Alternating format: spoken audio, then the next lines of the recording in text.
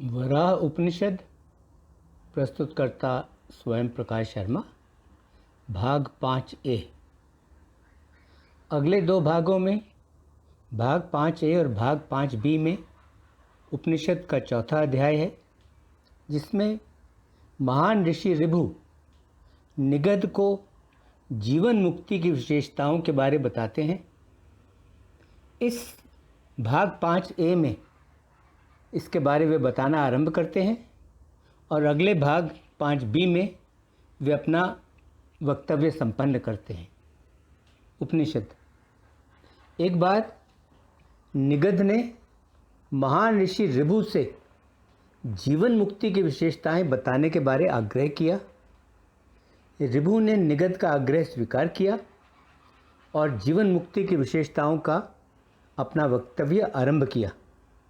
उन्होंने कहा, निगद, व्यक्ति के ज्ञान की विकास की 7 भूमिकाएं या 7 चरण होते हैं और इनमें 4 प्रकार की जीवन मुक्त होते हैं। जो 7 भूमिकाएं हैं वे इस प्रकार हैं। पहली भूमिका या ज्ञान के विकास का पहला चरण शुभ इच्छा है। दूसरा चरण विचारना है।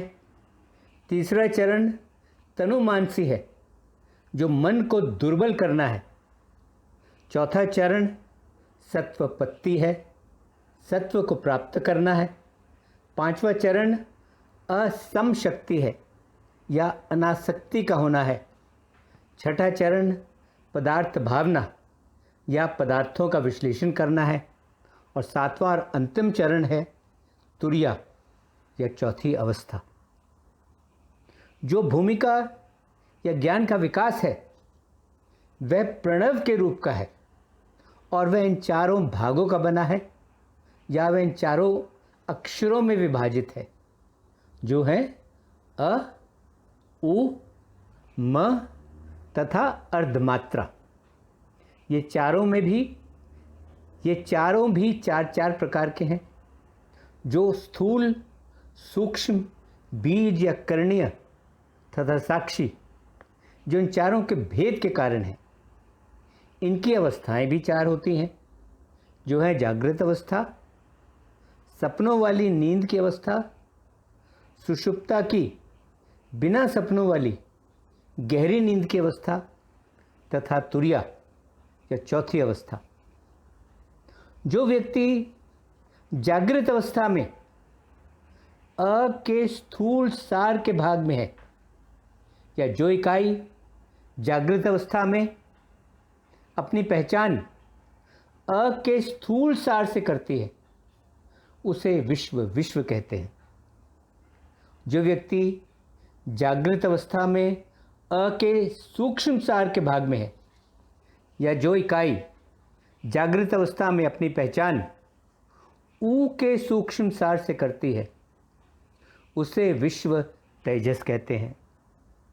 जो व्यक्ति जागृत अवस्था में अ के बीज या करणीय सार के भाग में है या जो इकाई जागृत अवस्था में अपनी पहचान अ के बीज या करणीय सार से करती है, उसे विश्व प्रज्ञा कहते हैं।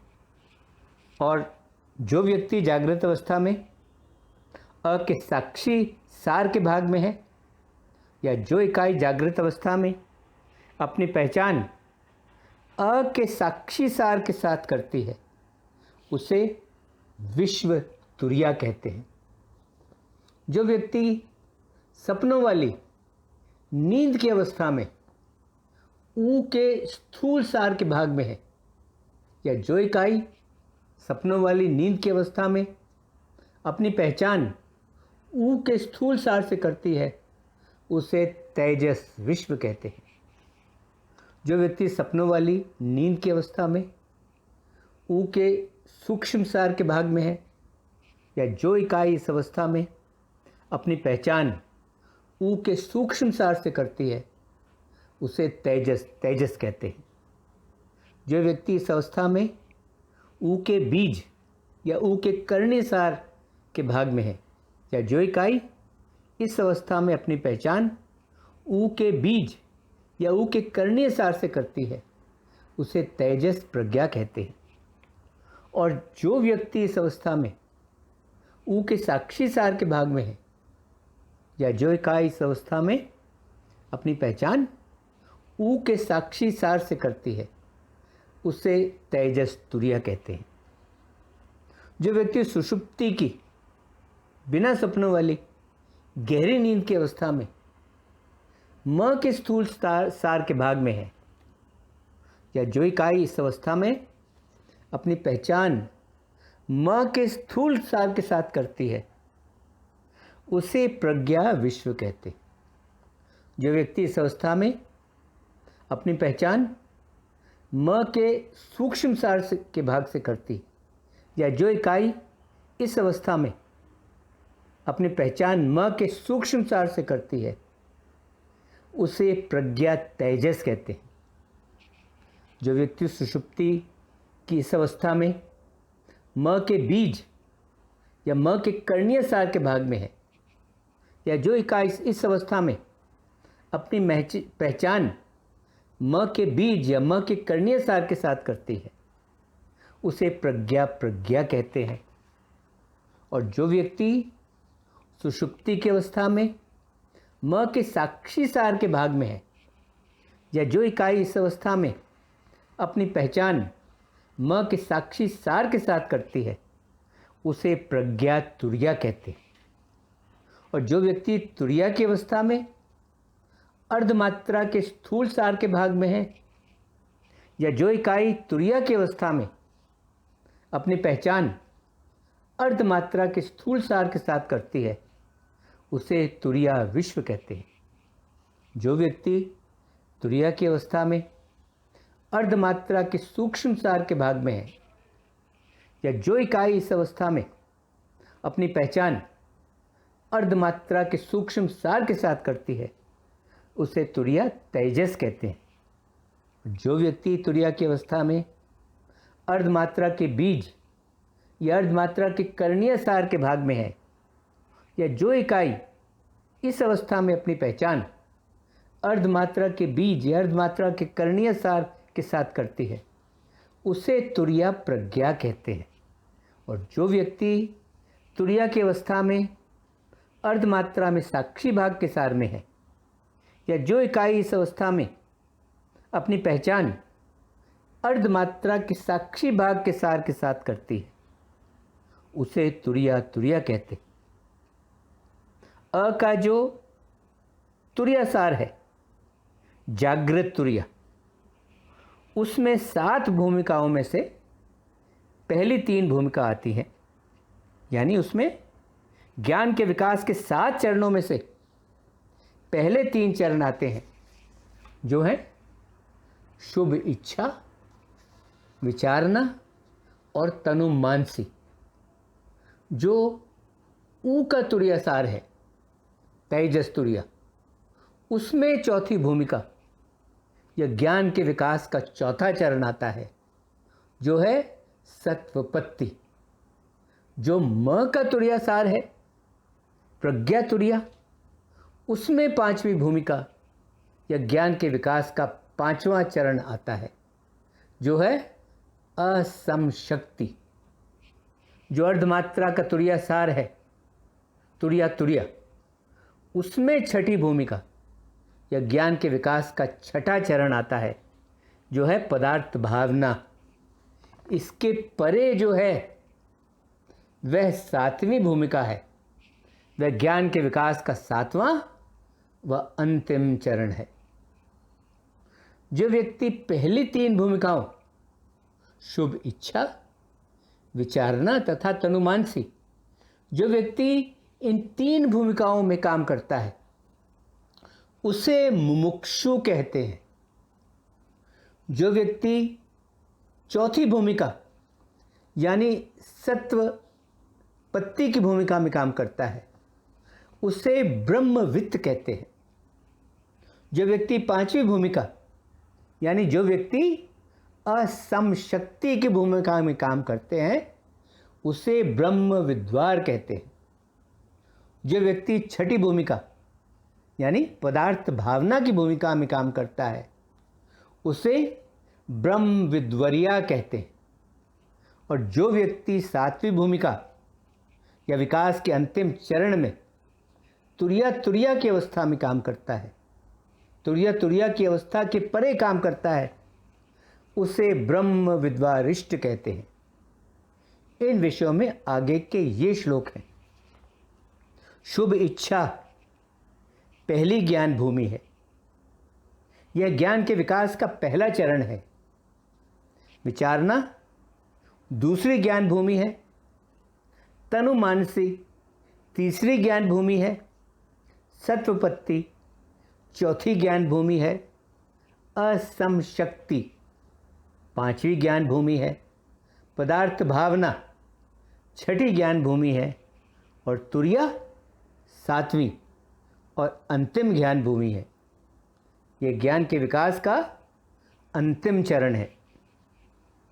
जो इच्छा व्यक्ति के मन में निरे वैराग्य के बाद यह संकल्प लेने से उठती है कि क्या मैं अज्ञानी ही बना रहूंगा, मैं तो शास्त्रों द्वारा तथा बुद्धिमान लोगों द्वारा देखा जाऊंगा, यानी मैं तो शास्त्रों का अध्ययन करूंगा और मैं बुद्धिमान लोगों के संग रहूंगा।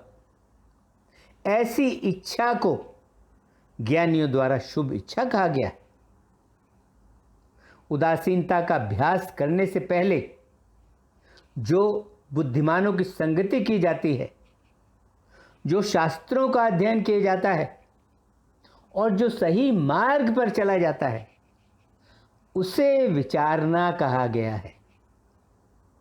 वह अवस्था जहाँ व्यक्ति की इंद्रियों के विषयों की जो तीव्र उत्कंठा होती है, जो तीव्र लालसा होती है, उस तीव्र उत्कंठा को पहले दो चरणों द्वारा, उस तीव्र लालसा को पहले दो चरणों द्वारा दुर्बल बनाया जाता है, उसे तनुमानसी कहा गया था। जिस चरण में पहले तीन चरणों शुभ इच्छा, विचारना और तनुमानसी, इन तीन चरणों के अभ्यास द्वारा व्यक्ति इंद्रियों की सभी वस्तुओं के प्रति उदासीन हो जाता है और उसका चित्त शुद्ध हो जाता है।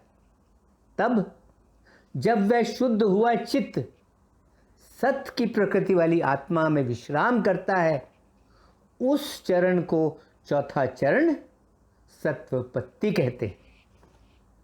जब व्यक्ति पहले चार चरणों के अभ्यास द्वारा बिना कर्मों के फल की इच्छा वाला हो जाता है, जब उसमें कर्मों के फल की इच्छा नहीं रहती और तब उसमें सत्वगुण के प्रकाश की अभिव्यक्ति दृढ़ता से बदमूल हो जाती है, दृढ़ता से जड़ कट जाती है, तब उसे पांचवा चरण असमशक्ति कहते हैं। वह चरण जिसमें पहले पांच चरणों के अभ्यास द्वारा व्यक्ति ने आत्मा में मजा पा लिया और उसे भीतरी और बाहरी दोनों की कोई अवधारणा नहीं होती, जबकि वो उसके सामने ही होते हैं, और वह कर्म करने में तभी लगता है जब दूसरे उस पर कर्म करने के लिए दबाव डालते हैं, जोर देते हैं। उस चरण को छठा चरण पदार्थ भावना कहते हैं। और वह चरण जिसमें व्यक्ति पहले 6 चरणों के बहुत लंबे अभ्यास के बाद अपरिवर्तनीय रूप से केवल आत्मा के ही चिंतन में स्थिर रहता है, जिस चिंतन में ब्रह्मांड में जो भेद होते हैं वे भेद नहीं होते, तुरिया नामक 7वां चरण है। हाँ, जिस चरण में व्यक्ति पहले 6 चरणों के बहुत लंबे अभ्यास के बाद अपरिवर्तनीय रूप में बिना ब्रह्मांड के भेदों के केवल आत्मा के चिंतन में स्थिर रहता है, वह तुरिया नामक 7वां चरण है। इसके साथ ही वराह उपनिषद का भाग 5a संपन्न हुआ। ओम शांति शांति। शांति। ओम।